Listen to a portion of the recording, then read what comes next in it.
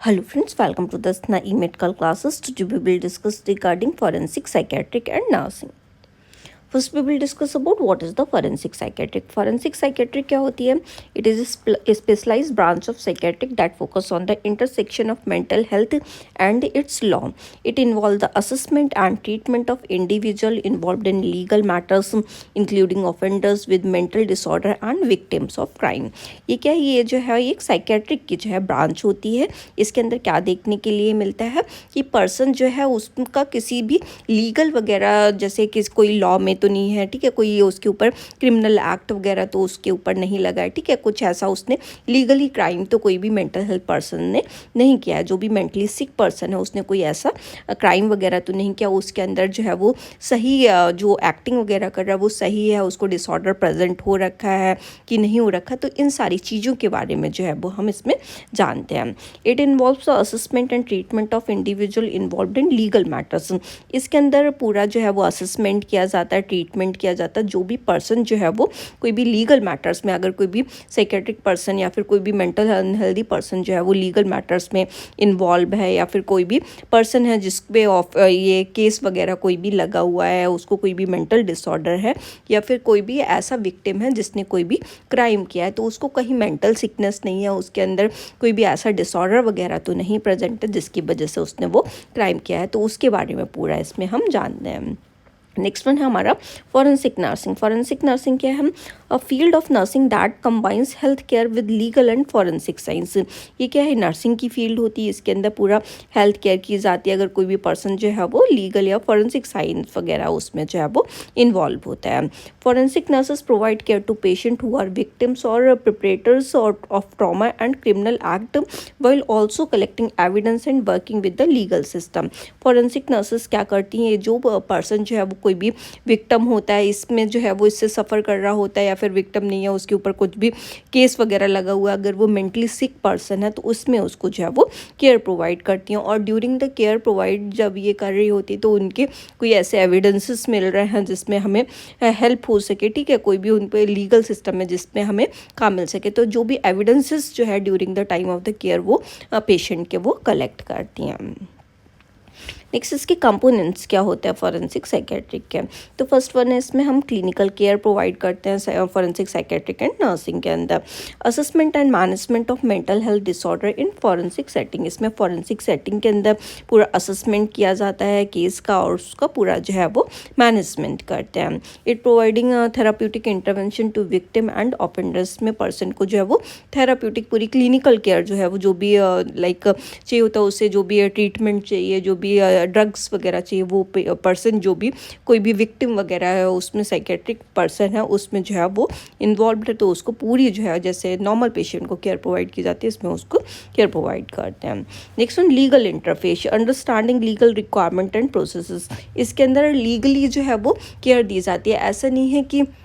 अगर वो पेशेंट है तो हम उसको जो है वो सारी छूट दे देंगे, ठीक है, तो उसमें जो भी लीगल रिक्वायरमेंट होती हैं पर्सन की, लाइक कोई भी फॉर्म फिलिंग कराना, ये उससे वो अगर कोई भी क्रिमिनल पर्सन है तो खुद की सेफ्टी और अपना जो भी स्टाफ वगैरह उनकी सेफ्टी को रखते हुए पूरी लीगल रिक्वायरमेंट उनके साथ में पूरी की जाती हैं. Collaborating with law enforcement courts and attorneys. इसमें जो भी हम उनसे मिलके काम करते हैं, जो भी नर्सेस वगैरह होंगी, अगर कोई भी विक्टिम वगैरह ऐसा पर्सन आता है तो जैसे उसमें जो भी लॉ उसके जो लग रहे हैं, कोर्ट वगैरह है, अगर उसकी कोई अटॉर्नी वगैरह या ऐसी चीज़ें चल रही हैं, उसका कुछ भी कोर्ट केस वगैरह चल रहा है, तो पूरा उससे मिलके काम किया जाता है. पूरा उसकी जो है वो फाइल बनती है और उसमें क्रिमिनल के जो भी रूल्स रेगुलेशंस होते हैं, जो भी उसके राइट्स हैं, ठीक है, तो वो सारे फॉलो करके ही उनको केयर प्रोवाइड की जाती है. इवन जब वो पर्सन एडमिट होता है तो उनके साथ में पुलिस वगैरह जो होती है वो भी आके जो है उनका चेकअप करती है, और उनके साथ में भी समथिंग जो अगर कोई भी पर्सन ऐसा विक्टिम पर्सन है जो उनके अगर उनके साथ में भी जो है वो पुलिस आके रुकती है, या कोई भी लीगल पर्सन आके उनके साथ में हॉस्पिटल के अंदर स्टे करता है, और पूरा जो है वो लीगल अथॉरिटी के अंदर ही उसको जो है वो केयर प्रोवाइड की जाती है. नेक्स्ट वन है हमारा रिस्क असेसमेंट। ऐसा पर्सन, इसमें कोई भी रिस्क किसी भी पर्सन को हो रखा हो, ये जैसे कोई भी वायलेंस कर सकता है या खुद को हार्म जो है वो कर सकता है, कोई भी अपने आप को जो है वो जो भी विक्टिम पर्सन है अपने आप को हार्म कर सकता है या दूसरे को हार्म जो है वो पहुंचा सकता है, तो उसको असेस किया जाता है कंप्लीटली वे में। ऐसा तो नहीं है उसकी वजह से और पेशेंट को नुकसान पहुंच जाए या स्टाफ जो है उसको नुकसान पहुंच जाए या फिर या पेशेंट जो है वो खुद अपने आप को कुछ भी हार्म कर ले। Providing expert opinions in legal cases में पर्सन को जो है वो जब पेशेंट एडमिट होता है, अगर कोई ऐसा पेशेंट एडमिट हो रहा है तो उसमें लीगल एक्सपर्ट्स की जो है वो जो एडवाइस है वो ली जाएगी ताकि उसका पूरा फिटनेस चेकअप वगैरह कर सके और क्रिमिनल रिस्पॉन्सिबिलिटीज़ जो होती हैं वो फुलफिल की जाती हैं, तभी पेशेंट को एडमिट किया जाता है। एविडेंस कलेक्शन, और इसमें जो है वो पूरा एविडेंस कलेक्शन करेंगे। इसमें फॉरेंसिक नर्सिंग के अंदर किए जाते हैं जो भी एविडेंसेस होते हैं during the time of care provider, जो नर्स होती है वो कलेक्ट करती है और जो भी फॉरेंसिक टीम उसके साथ में इन्वॉल्व होती है वो पूरा उसके अगेंस्ट में जो है वो अगर जो भी एविडेंसेस उससे जो है वो कलेक्ट हो रहे हैं वो एविडेंसेस भी कलेक्ट करती है। Collecting and preserving evidence from patient, जो भी पेशेंट से जो भी विक्टिम है उससे जो है वो पूरे एविडेंस कलेक्ट किए जाते हैं और उनको प्रिजर्व करके लिए रखा जाता है ताकि उनका फॉरेंसिक एग्जामिनेशन किया जा सके। अगर कि वो किसका केस है, लाइक समटाइम्स जो है वो फीमेल के साथ रेप केसेस हो जाते हैं, हम वो आते हैं, या फिर कोई अदर केस जो है वो आता है, बर्न हुआ है कोई पेशेंट, अगर उसके संग में क्या कैसे क्या रीज़न है उसके साथ में जो विक्टिम है, तो उसका पूरा एग्जामिनेशन किया जा सके, इसलिए इसमें पूरा उसका फॉरेंसिक एग्जामिनेशन के लिए सारी चीज़ें जो है वो प्रिजर्व करके एविडेंस होते हैं वो कलेक्ट करके रखे जाते हैं। Documenting injuries and providing court room में टेस्टिमनी, इसमें पूरा जो भी उसके कहीं पे भी अगर चोट लगी हुई है, कहाँ कैसे, जैसे कि कोई रोड ट्रैफिक एक्सीडेंट का केस है या जो है वो रेपिस्ट वगैरह कोई रेप वगैरह का केस है, किसी ने उसके साथ में कुछ किया है, तो उनकी पूरी जो टेस्टिमनी होगी वो डॉक्यूमेंट की जाती है कि कहाँ कब कैसे क्या हुआ, ठीक है, और उनकी पूरी इंजरी उनके कहाँ बॉडी पे हो रखी है वो पूरा एग्जामिन किया जाता है। एथिकल एंड कॉन्फिडेंशियली कंसिडरेशन, और उनका जो है वो पेशेंट का पूरा पेशेंट केयर जो है वो बैलेंस करके रखी जाती है। जो भी उनसे हम पूछ रहे हैं वो पूरा एथिकली जो है वो पूछते हैं, उनका पूरा वो डेटा जो होता है वो कॉन्फिडेंशियल रखा जाता है और वो सारा लीगली टीम जो होती है वो उनसे आके पूछती है और सब चीज़ों को वो कॉन्फिडेंशियल रखती है। नेक्स्ट इसके ऑब्जेक्टिव क्या होता है फॉरेंसिक साइकेट्रिक एंड नर्सिंग के? प्रमोट मेंटल हेल्थ, हम जो है वो मेंटल हेल्थ जो प्रोवाइड कर सके, कॉम्प्रिहेंसिव वे में पेशेंट को केयर मिल सके, इंडिविजुअल को सारा एक फॉरेंसिक सेटिंग के अंदर जो है वो फॉरेंसिक एग्जामिनेशन के अंदर उनको सारा जो है वो केयर दी जा सके। ऐसा ना हो कि विक्टिम है अगर कोई भी पर्सन उसको हम केयर नहीं दे रहे हैं, ठीक है, अगर नॉर्मल पेशेंट को केयर दे रहे हैं उसको केयर नहीं दे रहे हैं, ऐसा नहीं होना चाहिए। उनको सारा मेंटल हेल्थ का केयर जो है वो मिल सके और मेंटल हेल्थ को प्रमोट किया जा सके ताकि उनको कोई भी साइकोलॉजिकली या मेंटली जो है उनको परेशानी ना उठानी पड़े, ठीक, तो इसलिए हम मेंटल हेल्थ को प्रमोट कर सके, तो इसका ये मेन ऑब्जेक्टिव होता है फॉरेंसिक साइकेट्रिक का। Next one legal collaboration, offer expert opinions to assist in legal decision including insanity defence and sentencing, ठीक है, जो भी एक्सपर्ट होते हैं उनके ओपिनियंस लिए जाते हैं और लीगल कोलैबोरेशन किया जाता है। अगर कोई भी पर्सन जो है वो विक्टिम एडमिट होता है तो वो लीगली क्या जो है वो रूल्स रेगुलेशंस जो नर्सेस हैं उनको फॉलो करने और लीगल टीम को इन्वॉल्व किया जाता है ताकि उनके टेस्टिमनी सेंटेंसिंग वगैरह जो है वो सारा जो भी at the time of admission जो भी रिकॉर्ड प्रोसीजर्स जो होते हैं वो फुलफिल हो सके। रिड्यूस रेसिडिविज्म, जो भी पर्सन जो है एडमिट हुआ है उसके संग में वो खुद को हार्म ना कर ले, ठीक है, कोई भी जो है वो किसी को ब्लेम आउट ना करे, ठीक, ऐसी सारी चीज़ें जो है वो स्टाफ को हार्म ना पहुंचा सके, ये सारी चीज़ें अवॉइड हो सके और उनकी फुल रिहैबिलिटेशन जो है वो जब वो एडमिट हुआ है उनका पूरा जो है वो केयर हो सके और पेशेंट जो है वो सही हो सके और कोई भी सोसाइटी वगैरह पे जो है वो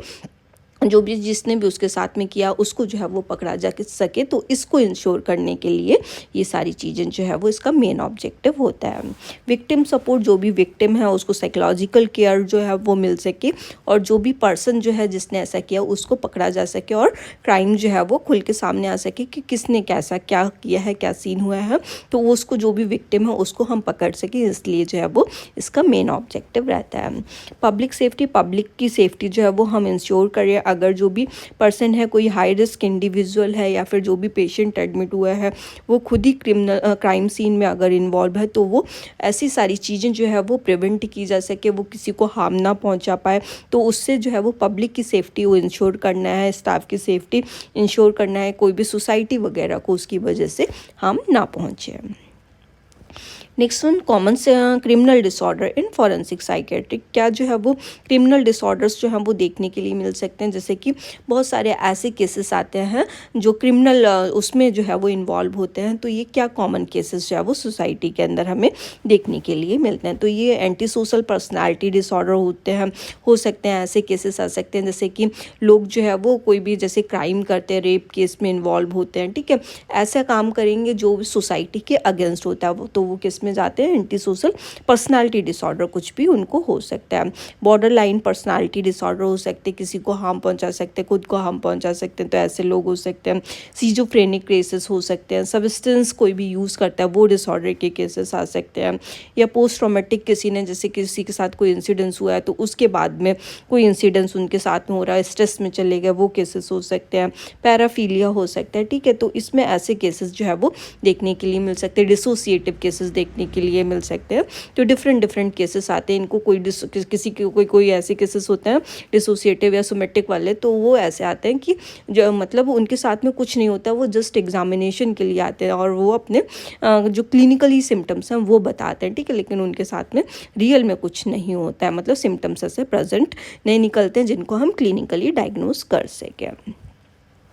next, challenging and problems in forensic psychiatric and nursing. क्या चैलेंजेस जो हैं वो और प्रॉब्लम्स जो हैं वो फॉरेंसिक साइकेट्रिक नर्सिंग के अंदर जो है वो फेस करने के लिए मिलती हैं। तो फर्स्ट है इसमें ethical dilemma, balancing patient confidentiality with legal obligation. Sometimes ये एथिकल डिलेमा जो है वो हो जाता है, जैसे कि जो भी वो पेशेंट कह रहा है तो वहाँ पे कोई लोग हो सकते हैं, उनकी बात जो है वो बाहर कर सकते हैं, ठीक है, तो पेशेंट की कॉन्फिडेंशियलिटी को जो है वो मेंटेन करना तो समटाइम्स ये एक बड़ा टास्क हो जाता है, ताकि ये सारी एक, हाँ, जब भी पेशेंट आता है कोई भी विक्टिम है तो उसके संग में हमें उसकी कॉन्फिडेंशियलिटी मेंटेन करना और लीगली रखना उसको बहुत ज़रूरी होता है। तो ये एक प्रॉब्लम होती है, उस टाइम पे उसको जो है वो मैनेज कर पाना जो है वो थोड़ा कॉम्प्लिकेटेड हो जाता है। Next one, work place violence. Sometimes जो है वो कोई विक्टिम ऐसा है जैसे कोई भी एंटी सोशल पर्सनालिटी डिसऑर्डर किसी को हो रखा है जो वो लोगों को हार्म पहुंचा सकता है, तो इस टाइम पे हम लोगों की सिक्योरिटी सेफ्टी, अपनी स्टाफ की सिक्योरिटी सेफ्टी करना भी एक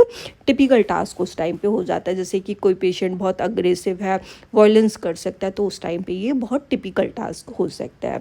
next one is stigma, addressing societal and systematic stigma around forensic patient. एक स्टिग्मा रहता है, इज लाइक अगर हम किसी भी जैसे कि फॉरेंसिक पेशेंट के सामने खड़े हुए हैं, कोई भी पब्लिक खड़ी हुई है तो उसको उसी नज़र से हम देखने लगते हैं। तो ये एक सिस्टमेटिक स्टिग्मा रहता है, सोशल स्टिग्मा रहता है कि ये फॉरेंसिक पेशेंट, इसके साथ में ये हुआ है, ये क्राइम हुआ है या इसने ऐसा किया, तो ये सोसाइटी के लिए एक ऐसा केस जो है वो बन जाता है और उसको उसी नज़र से लोग देखने लगते हैं। नेक्स्ट वन है रिसोर्स लिमिटेशन। समटाइम्स जो है वो स्टाफिंग, फंडिंग और ट्रेनिंग जो है वो फॉरेंसिक सेटिंग के लिए जो है वो एक चैलेंजिंग टास्क जो है वो उस टाइम पे हो सकता है कि उस टाइम पे जैसे पेशेंट एडमिट हुआ है तो उस टाइम पे रिसोर्स कलेक्ट करना, ये सारी चीज़ों को बुलाना, तो ये एक टिपिकल टास्क उस टाइम पे रह सकता है। नेक्स्ट वन है कॉम्प्लेक्स केसेस मैनेजिंग को occurring disorder like mental illness and substance abuse. Sometimes जो है वो फॉरेंसिक के अंदर बहुत टिपिकल केसेस, जैसे कोई सब्सटेंस अब्यूज़ का केस आ गया, मेंटल इलनेस उसको ऐसी है जिसको मैनेज कर पाना थोड़ा कॉम्प्लिकेटेड है, तो ये एक इशू जो है वो फेस करने के लिए मिल सकता है। नेक्स्ट वन, लीगल प्रेशर भी समटाइम्स हो जाता है, जैसे कि अगर कोई भी ऐसे केसेस आते हैं जिसमें पुलिस वगैरह का इन्वॉल्वमेंट है, लीगली वो इन्वॉल्व है, ठीक है, तो ये एक प्रोफेशनल मतलब उस टाइम पे बहुत ज़्यादा पुलिस वगैरह हो जाती है, तो उस टाइम पे इन सारी चीज़ों को मैनेज कर पाना जो है वो टिपिकल टास्क हो जाता है। हॉस्पिटल के अंदर बार बार जो है उनका आना जाना, तो ये एक लीगल प्रेशर भी बन जाता है कि हम उसका ट्रीटमेंट नहीं कर सकते जब तक जो है वो पूरा उसका टेस्टिमनी रिकॉर्ड वगैरह जो है वो ना मेंटेन हो। Burnout, high emotional and psychological stress for professional in this field, जैसे कि कोई भी फॉरेंसिक केस ऐड होता है, जैसे फॉरेंसिक साइकेट्री का केस कोई ऐड हुआ है, तो ये जो भी प्रोफेशनल्स, जो भी डॉक्टर, नर्सेस, सबको जो है वो रिकॉर्ड करवाना पड़ सकता है अपना स्टेटमेंट ड्यूरिंग द टाइम जब वो पेशेंट एडमिट हुआ है, तो क्या देखने के लिए मिल रहा है, क्या सीन। तो ये उनके लिए बहुत एग्जर्टेड केस हो जाता है, जैसे कि अगर किसी केस में पुलिस वगैरह का इन्वॉल्वमेंट है तो उनके लिए बहुत स्ट्रेसफुल कंडीशन उस टाइम पे हो जाती है, क्योंकि हर चीज़ में लीगली जो है वो हमें आंसर जो है उस टाइम पे करना होता है।